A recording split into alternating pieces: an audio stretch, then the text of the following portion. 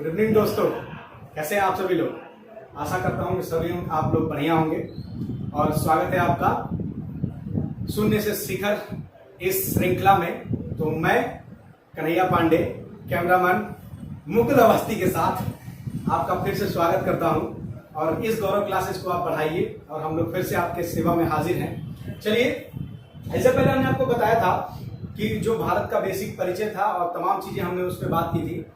देखो, हमने ये सारी चीजें आपको बढ़ा दी। उसके बाद से मैं फिर से जब सारी चीजें देखा तो मुझे लगा कि कुछ चीजें आपको थोड़ी सी और बता देनी चाहिए जो चीजें छूट गई। तो उनमें से कुछ चीजें 5 से 10 मिनट लगेगा। फिर उसके बाद से हम लोग अपना इंटरनेशनल समुद्री जो रेखा है उसके बारे में भी हम लोग पढ़ लेंगे। कुछ छुट्टे पुट्टे क्वेश्चन बच गए थे, उनको जरा देख लेते हैं। सबसे पहला तो ये है, हमने ये देखा था कि हमारे देश की बाउंड्री कितने विदेशी देशों के साथ लगती है। तो आंसर है 7। कौन कौन? पाकिस्तान, अफगानिस्तान, चीन, फिर उसके बाद से नेपाल, भूटान, बांग्लादेश, म्यांमार। तो भारत की बाउंड्री 7 पड़ोसी देशों के साथ लगती है। लेकिन यही क्वेश्चन उलट जाए, ये उलट के कह दिया जाए कि भारत की बाउंड्री यानी भारत के कितने ऐसे राज्य हैं जो विदेशी सीमा बनाते हैं, इंटरनेशनल बाउंड्री रखते हैं। जैसे एग्जांपल के तौर पे, क्या केरल के पास इंटरनेशनल बाउंड्री है? नहीं, केरल से कोई देश नहीं लगा है। मध्य प्रदेश के पास इंटरनेशनल बाउंड्री है? नहीं। तो जरा देख लेते हैं कौन कौन सा, बहुत जरूरी है, कभी कभी पूछ लेता है। दूसरा ये है कि कौन ऐसे भारतीय राज्य हैं जिनके पास इंटरनेशनल बाउंड्री है। तो जरा देखते हैं। गुजरात के पास है, हाँ है, पाकिस्तान के साथ। राजस्थान है, पाकिस्तान। पंजाब साहब है, ठीक। पंजाब के पास से जम्मू बिल्कुल है। कश्मीर कह रहे हैं, ये लद्दाख साहब है। ये दोनों क्या है? केंद्र शासित प्रदेश है। अच्छा, इसके बाद से उत्तराखंड साहब है, काला पानी विवाद चल रहा है। हिमाचल प्रदेश साहब है, चाइना के साथ विवाद चल रहा है। फिर उसके बाद से यूपी, बिल्कुल योगी जी ने कल धमकाया है ओली जी को। यूपी के पास से बिहार बिल्कुल है। उसके बाद से बिहार के पास से आपका वेस्ट बंगाल सर जी है। सिक्किम बिल्कुल है सर जी, क्योंकि हम लोग डोकलाम में देखे थे, आप बवाल किए थे। सिक्किम के बाद से फिर आपका असम बिल्कुल है सर जी। बांग्लादेश से बहुत सारे चकमा शरणार्थी असम में बसे हैं। अरुणाचल प्रदेश बिल्कुल है, क्योंकि हमेशा चीन इसको कहता है कि हमारा हिस्सा है। नागालैंड साहब है, किसके साथ? म्यांमार के साथ। मिजोरम म्यांमार। फिर उसके बाद से मणिपुर बिल्कुल है साहब, मणिपुर में भी है म्यांमार के साथ। त्रिपुरा, पहले ही दिन बताया था कि त्रिपुरा किस देश के साथ 3 तरफ से घिरा है। तो हमारा कौन सा है? हमारा नहीं है, बांग्लादेश। वैसे वो हमारा ही था, आप जानते हैं, इतिहास पढ़े होंगे तो। त्रिपुरा। फिर उसके बाद से असम हो ही गया है। 1 2 3 4 5 6, एक बचा है, कौन सा? मेघालय। तो भारत के इतने राज्य हैं जो क्या करते हैं? इंटरनेशनल सीमा बनाते हैं। अब आप ध्यान रखिएगा, कितने राज्य हैं और कितने केंद्र शासित प्रदेश हैं। 1 2 3 4 5 6 7 8 9 10 11 12 13 14 15 16 17। गलती से हो गया है शायद, मिस्टेक, जरा फिर से देखते हैं। 1 2 3 4 5 6 7 8 9 10 11 12 13 14 15 16। यानी कितने राज्य हैं जो इंटरनेशनल बाउंड्री बनाते हैं? तो 16। कितने केंद्र शासित प्रदेश हैं? कितने यूटी हैं? तो 2। ये बात गठरी बांध लीजिए कि कितने देश हैं जो इंटरनेशनल बाउंड्री बनाते हैं, ठीक है ना? ध्यान रखिएगा। अच्छा, जरा कुछ और देखते हैं कि कौन से इतने राज्य हैं जो एक से ज्यादा देशों के साथ सीमा बनाते हैं। गुजरात की सीमा सिर्फ पाकिस्तान से, राजस्थान की भी पाकिस्तान, पंजाब पाकिस्तान, जम्मू भी सिर्फ पाकिस्तान, ठीक है ना? लद्दाख का पाकिस्तान के साथ है, फिर अफगानिस्तान के साथ भी है और चीन के साथ भी है। लद्दाख का पाकिस्तान के साथ भी है, चीन के साथ भी है और अफगानिस्तान के साथ भी है। उत्तराखंड आप जानते हैं, बगल में नेपाल है, ऊपर क्या है? चीन है, ठीक। इधर हिमाचल सिर्फ चीन के साथ, यूपी नेपाल के साथ, बिहार नेपाल के साथ। वेस्ट बंगाल का सीमा आप जरा देखिए, नेपाल के साथ भी, एक जाके घर पे मैप में देखिए, नेपाल के साथ भी, भूटान के साथ भी और बांग्लादेश के साथ भी, यानी 3 देश के साथ। ठीक है ना? मैप पे देखेंगे तो क्लियर होगा। वेस्ट बंगाल का, सिक्किम का, कितने का? 2 देशों के साथ। भूटान, 2 नहीं 3, भूटान, चाइना और नेपाल। भूटान, चाइना और नेपाल। असम 2 देश, 2 नहीं 3 देश। असम का एक्चुअल में 2 ही देश, कौन कौन से? तो असम का बांग्लादेश के साथ लगा है और फिर किसके साथ लगा है, भूटान के साथ लगा है। ठीक है, अरुणाचल प्रदेश तो किसके किसके साथ लगा है, अरुणाचल प्रदेश म्यांमार से लगा है और म्यांमार के पास से किससे लगा है, चीन से लगा है। इधर आएंगे Nagaland Myanmar, Mizoram Myanmar, Manipur Myanmar, Tripura सिर्फ और सिर्फ बांग्लादेश के साथ, मेघालय सिर्फ और सिर्फ बांग्लादेश के साथ। तो आप ये बेसिक चीजें ये आप तो आप मैप देख के भी सीख सकते हो, लेकिन मेरा फर्ज है चूंकि सीरीज का नाम है शून्य से शिखर तक, तो भाई शून्य भी देखना पड़ेगा और शिखर भी देखना पड़ेगा, नहीं तो हम बिना शून्य से शिखर में कैसे पहुंचेंगे। तो ये चीजें ध्यान रखिएगा। अब जरा देखिए, अब कभी कभी ये पूछ देता है कि देखो ये तो आपने बता दिया कितने राज्य और कितने देशों के साथ लगा, ये बताइए किलोमीटर में अगर हम गुजरात से चलना प्रारंभ करते हैं, गुजरात से चलना प्रारंभ करते हैं और चलते चलते चलते हम वेस्ट बंगाल तक पहुंचते हैं, ठीक है ना, इसे स्थल से ऐसे ऐसे ऐसे ऐसे ऐसे, ये हमारा भारत है। देखिए ये लाल पट्टी दिख रही होगी, तो यहाँ पाकिस्तान से, यहाँ गुजरात से पाकिस्तान की सीमा मिल रही है। यहां से हम पैदल चलते हैं, चलते चलते चलते चलते चलते पूरा घूम के आते हैं जहां पर स्थल बाउंड्री है, तो कितना किलोमीटर चलेंगे हम लोग, तो आंसर है ध्यान रखिएगा 15,200। यानी अगर आपसे क्वेश्चन पूछा जाएगा कि भारत की स्थलीय सीमा की लंबाई कितनी है, तो 15,200। यानी स्थलीय का मतलब है इसमें जल सीमा नहीं है, सिर्फ क्या है, सिर्फ और सिर्फ स्थल की बात हो रही है, ठीक है ना, ध्यान रखिएगा। अच्छा, उसके बाद से आगे ध्यान रखिए कि ये 15,200 सिर्फ और सिर्फ लैंड की बात हो रही है। अच्छा, अब आगे चलते हैं, ये बिटा दें, आई होप आपको क्लियर हो गया होगा। चलिए आगे बढ़ते हैं। लेकिन अगर हम ये कहें कि भारत का एक कोने से हम भारत से चले और दूसरा कोना पूरा भारत भ्रमण करके आ गए, जैसे ऐसे, ये हमारा भारत है, ये हमारा भारत है, यहां से चलना प्रारंभ किया, पैदल पैदल पैदल चलते चलते चलते चलते चलते चलते चलते घूम के यहां पर आए, तो पूरा कितना किलोमीटर चले। एक तो सवाल ये बनता है। दूसरा सवाल ये बनता है कि यहां पर अंडमान क्या बोलते हैं, यहां पर लक्षद्वीप है और यहां पर अंडमान निकोबार है, तो इस अंडमान निकोबार को भी घूमा और लक्षद्वीप को भी घूमा, तो इन सभी को जब घूमा तब कितना किलो, यानी कुल भारत की टोटल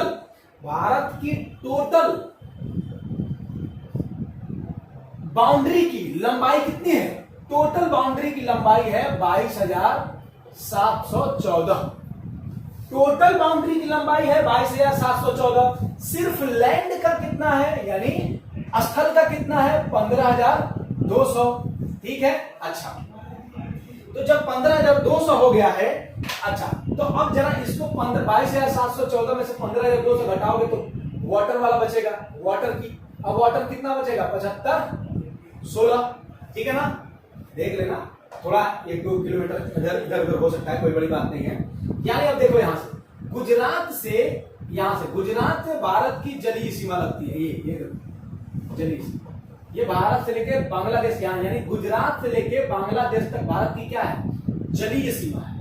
गुजरात से लेके बांग्लादेश तक क्या है, भारत की जलीय सीमा। अब ये भारत गुजरात से लेके बांग्लादेश से जो जलीय सीमा है, इसकी टोटल लंबाई कितनी है, 75-16 है। कितना है, 75-16, ठीक है। अच्छा, उसके साथ साथ लैंड की बाउंड्री कितनी है, तो वो कितनी है, 15,200। दोनों को जरा जोड़ देंगे हम लोग, कितना होगा, 15,200 फिर 75, 16, तो ये 6, 1, 7, 7, 5, 12, 2 और 1, 22,716। अब देखिए हमने आपको बोला 22,714, कोई दिक्कत नहीं, इसको 16 भी कर देंगे, कोई समस्या नहीं है। अब देखो यहां से लेकर, यानी गुजरात से लेकर यहां तक, कहां तक, तो वेस्ट बंगाल तक, गुजरात से लेकर, यानी गुजरात से लेके वेस्ट बंगाल तक जो तट की लंबाई है वो कितना है, 6100 किलोमीटर, यानी 6100 किलोमीटर। और टोटल तट की लंबाई कितनी है, 75-16, तो 75-16 में से 6100 हम घटा देंगे तो हम ये बता देंगे कि ये लक्षद्वीप की लंबाई कितनी है और अंडमान निकोबार की लंबाई कितनी है।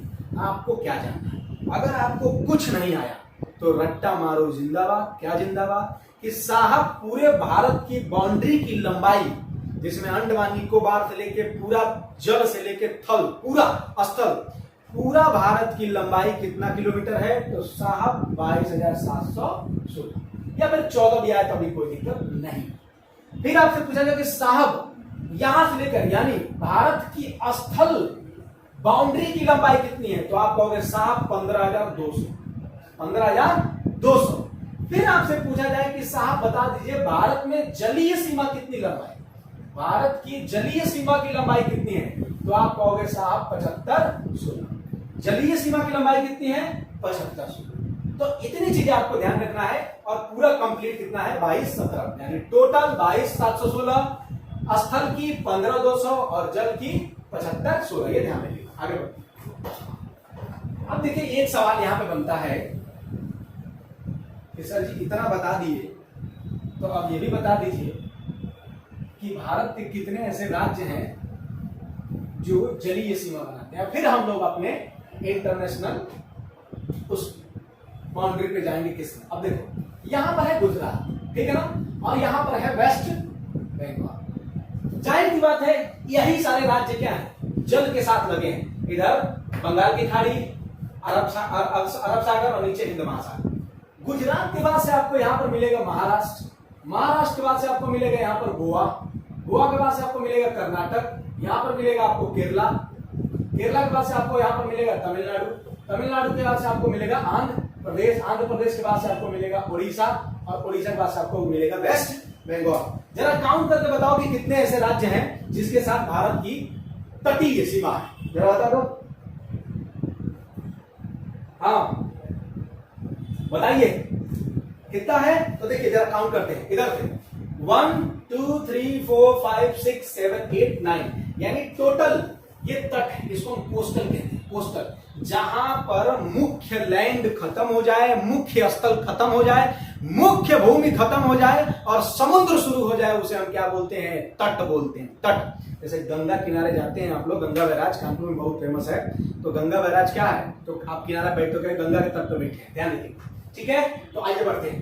तो कितने भारत के राज्य हैं जो तटीय सीमा बनाते हैं, ठीक है ना। कोस्टल बाउंड्री कौन से रखते हैं,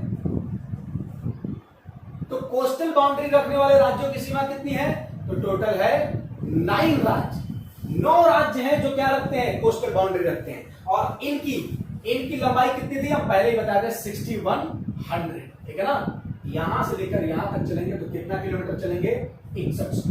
अब देखो अब क्वेश्चन ये पूछता है कि सबसे ज्यादा लंबाई किसकी है, यानी सबसे ज्यादा तटीय रेखा रखने वाला राज्य कौन सा है, लगभग इसकी। अब देखो कई जगह ये सोर्स अलग अलग है, कहीं जगह पे 1214 किलोमीटर लिखा है, कई जगह पे 1300 समथिंग लिखा है, कई जगह पे लिखा है 1600, लेकिन सबसे ज्यादा यही मान्य है लगभग गुजरात की बाउंड्री की लंबाई 1600 किलोमीटर है। तो ध्यान रखिएगा गुजरात के पास सबसे ज्यादा तटीय सीमा है। अच्छा, उसके बाद से गुजरात के बाद से कौन है, क्रोनोलॉजी जरा समझा देते हैं। गुजरात के बाद से आपको क्या मिलेगा, आंध्र प्रदेश, यानी गुजरात के बाद से आंध्र प्रदेश के पास सबसे ज्यादा सीमा है। फिर तीसरे नंबर पे कौन सा है, तमिलनाडु, और क्रोनोलॉजी के लिए तमिलनाडु तक भी बहुत ज्यादा है, ठीक है ना। उसके बाद से महाराष्ट्र वगैरह आ जाएगा, ध्यान रखिएगा। यानी सबसे ज्यादा तटीय सीमा गुजरात, फिर आंध्र प्रदेश, फिर तमिलनाडु। और सबसे कम किसका साहब, तो सबसे कम इसका है, इसका गोवा का, लगभग कितना 101 किलोमीटर।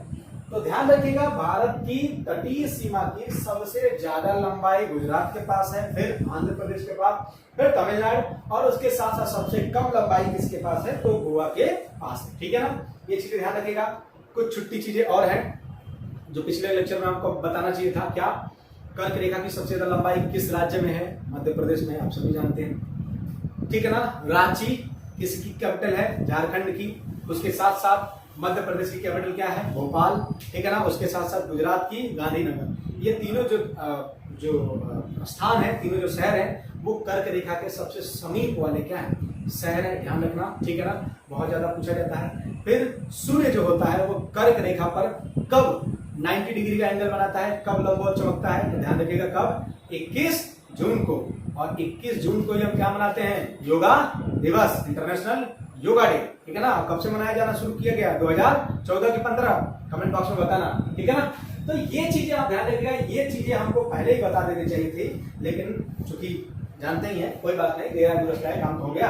आगे बढ़ते हैं। अब आप हेडिंग डालिए, नए चैप्टर है आपका भारत की सामुद्रिक सीमा, भारत की सामुद्रिक सीमा,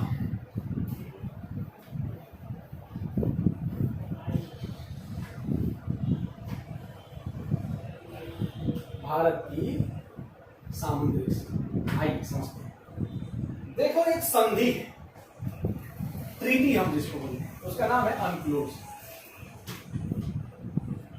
और इस संधि का नाम क्या है? United Nation Convention on the climate change. ठीक है ना? एक संधि है जिसका नाम है unclose United Nation Convention on the climate change. और ये संधि साइन कहां हुआ था और कब हुआ था? तो ये संधि साइन हुई थी 1982 में। और कहां हुई थी? तो लंदन।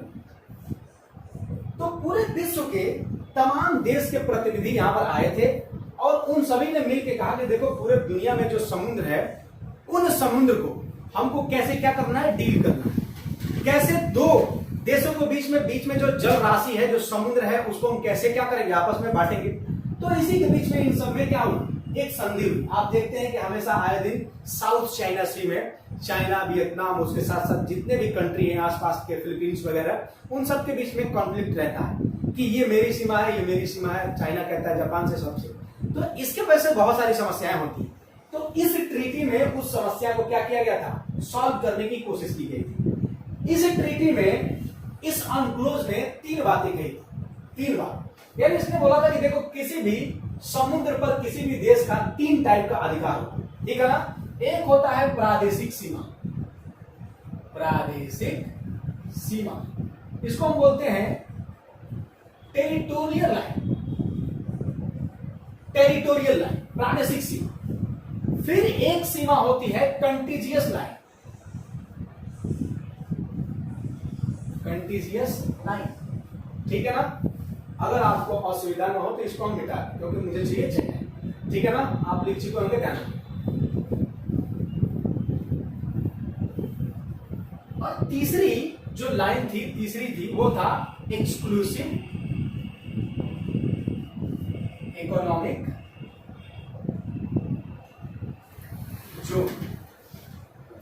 देखिए इसकी हिंदी है, हम हिंदी टेरिटोरियल तो पहले लिख चुके हैं, डी का है अभी छिन्न मंडल, या फिर इसको एक और नाम से देते हैं संलग्न क्षेत्र। और तीसरे का है यानी सी का अनन्य आर्थिक क्षेत्र। 3 टाइप की बाउंड्री है। 3 टाइप की बाउंड्री को जब एक एक करके समझते हैं, ध्यान रखिएगा। पहला था आपका प्रादेशिक सीमा, सेकंड है टेरिटोरियल कंटीजियस लाइन, और थर्ड है एक्सक्लूसिव इकोनॉमिक जोन। तीनों को एक करके समझते हैं। इस अनक्लोज ने कहा कि देखो जो भी तुम्हारी ये बेस लाइन है, ठीक है ना, जो आधार रेखा है यानी जो तट रेखा है, उस बेस लाइन से आपको क्या करना है? देखो नॉर्मली हम लोग सड़क पे चलते हैं तो लंबाई किसमें मापते हैं? दूरी को, किलोमीटर। लेकिन जब हम चलते हैं किसमें? समुद्र में, तो हम ना मापते हैं इसको नॉटिकल मील, नॉटिकल मील। तो इसने कहा देखो कि बेस रेखा से 12 नॉटिकल मील तक की लंबाई को आप क्या कहोगे? प्रादेशिक सीमा कहोगे। फिर इसने कहा कि बेस लाइन से लेके 24 तक, 24 नॉटिकल मील तक को आप क्या बोलोगे? ये ए हो गया हमारा, ये हमारा बी हो गया। इसको आप क्या बोलोगे? कंटीजियस लाइन बोलोगे। यानी कुल मिला के कंटीजियस लाइन किसमें होगा? यहां से लेकर यहां तक, यहां से लेकर यहां। ध्यान रखें, 12 से लेकर 0 से लेकर 12 तक क्या है? प्रादेशिक सीमा। 12 से लेकर 24 तक क्या है? Contiguous line. और फिर इसने बोला कि सी जो होगा यानी EEZ यानी एक्सक्लूसिव इकोनॉमिक जोन जो होगा वो कितना तक होगा? 200 नॉटिकल मील तक। ठीक है ना? 200 नॉटिकल मील तक। अब इसने सीमा तय कर दी कि किसी भी देश के पास अगर कोई वाटर बॉडी है तो 12 नॉटिकल मील तक ये काम कर सकता है, 12 उसके बाद 24 नॉटिकल मील तक ये काम कर सकता है, 200 नॉटिकल मील तक ये काम कर सकता है। लगभग 1 नॉटिकल मील में 1.8 किलोमीटर होता है, ठीक है ना। जरा आप गूगल सर्च कर लीजिएगा, मे भी हमारे दिमाग से मिस हो रहा होगा, ठीक है ना, तो आप फिर भी एक बार देख लीजिएगा, लेकिन वैसे मेरे हिसाब से सही है, ठीक है ना, 1.8 किलोमीटर। अच्छा, अब देखो ये जो प्रादेशिक सीमा है, तो इसने बोला कि अगर किसी देश के बगल में जो प्रादेशिक सीमा है, उस प्रादेशिक सीमा पर वो देश क्या क्या कर सकता है। तो कहा कि देखो जैसे जैसे अधिकार आपके एक जमीन पर है, नॉर्मल लैंड पे, सेम उतना ही अधिकार आपको कहां मिलेगा, 12 नॉटिकल मील। यानी जिस प्रकार आप इस भूमि का उपभोग करते हो, वैसे ही आप इस जल राशि का भी क्या करोगे, उपभोग करोगे। यानी यहाँ पर जितने भी रिसोर्स होंगे, खनन होगा, जो भी चीज आपको करना आप कर सकते हो। यहाँ तक कि यहाँ पर आप चाहो तो अपना नियम कानून सब कुछ कर सकते हो, एवरीथिंग आप यहाँ पे कर सकते हो जो यहाँ पे करते हो 12 नॉटिकल मील। इसीलिए क्या प्रादेशिक सीमा अपना है, ध्यान रखिए। फिर इसने बोला कि देखो 12 नॉटिकल मील से लेकर तो 24 नॉटिकल मील तक है। इसमें आपको क्या कर सकते हो, तो साफ सफाई कर सकते हो, खनन कर सकते हो, मिनरल्स निकाल सकते हो, सब कुछ निकाल सकते हो।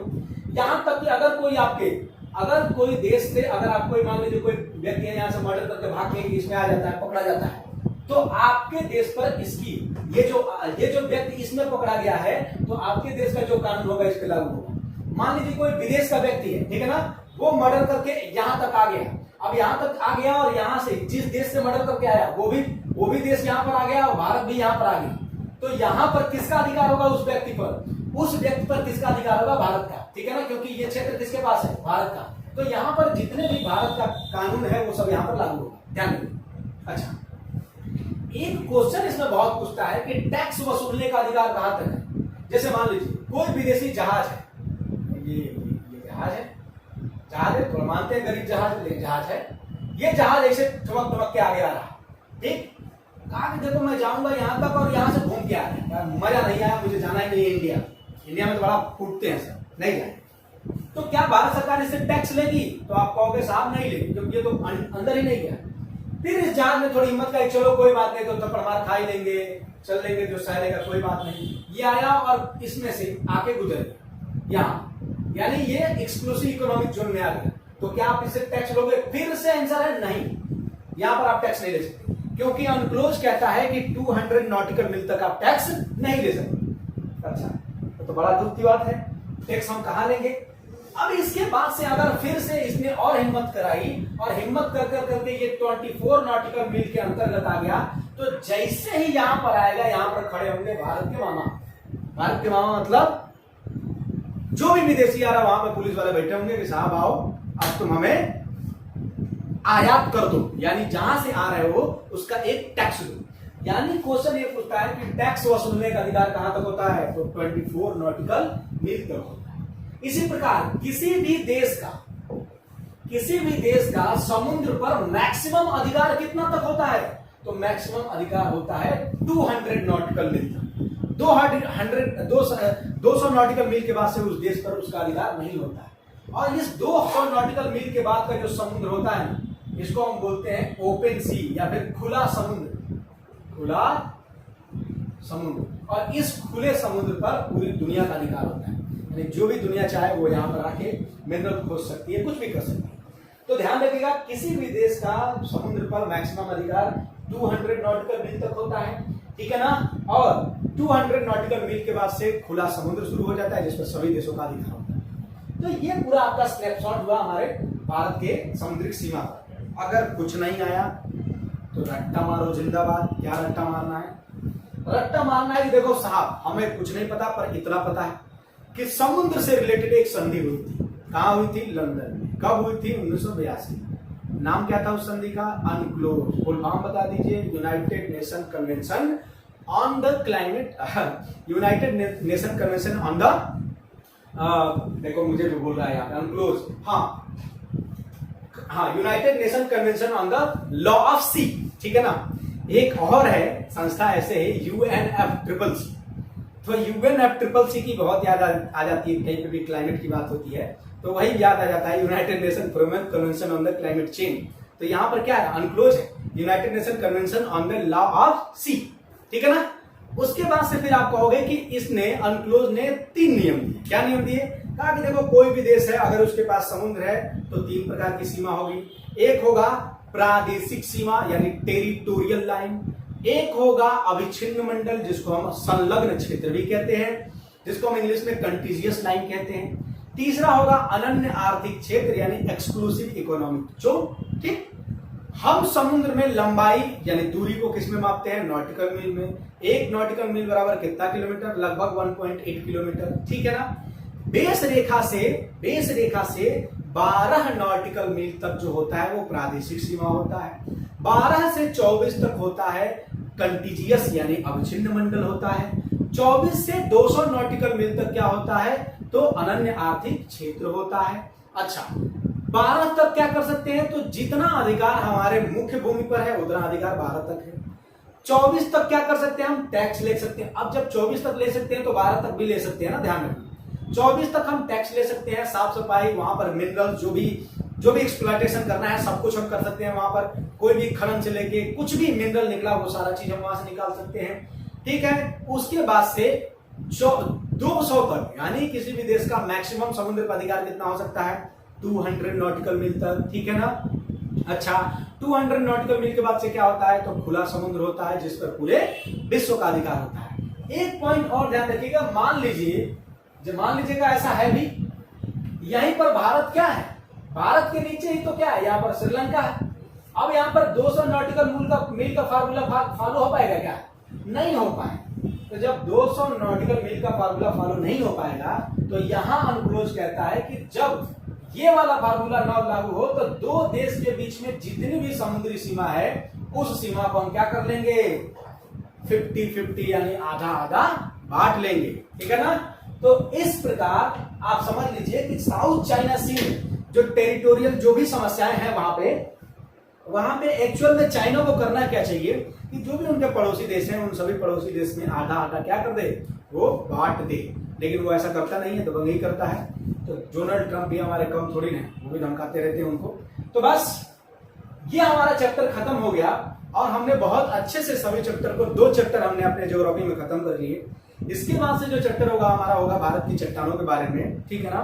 तो आप अच्छे से इसको पढ़ते रहिएगा। शाम को 7 बजे मेरे साथ आराम से आप पढ़ सकते हो। कोई भी समस्या हो तो आप उसको बता सकते हो हमारे साथ। और मॉर्निंग में हम लोग डेली 7 बजे करंट अफेयर पढ़ते हैं।